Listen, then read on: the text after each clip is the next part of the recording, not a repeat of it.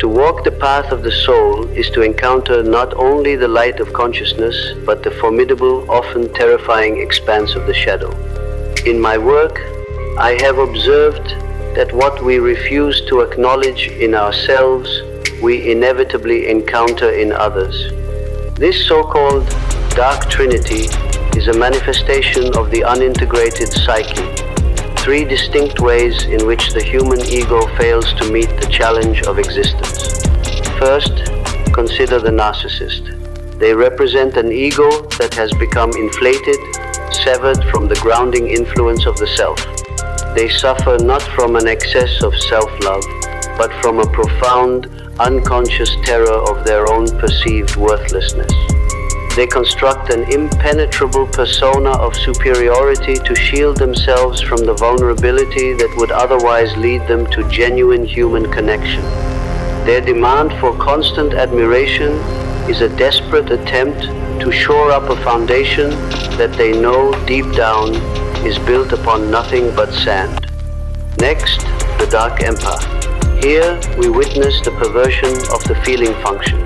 To be an empath is a gift, a capacity to bridge the gap between two souls. Yet, when one has been deeply wounded and has not processed that suffering, they may turn their gift into a weapon. By understanding the vulnerability of others, they have gained the knowledge of where the psyche is soft, and they choose to exploit that softness rather than heal it. They have not lost their capacity for empathy. They have merely made the conscious choice to weaponize it as a means of control.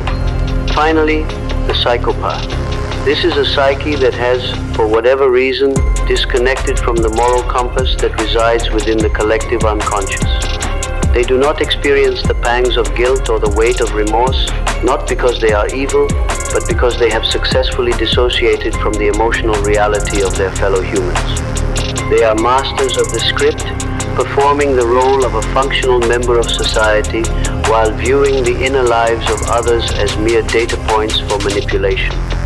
In all three instances, the tragedy is the same: a refusal to engage in the difficult, necessary work of individuation. You cannot heal that which refuses to recognize its own fragmentation.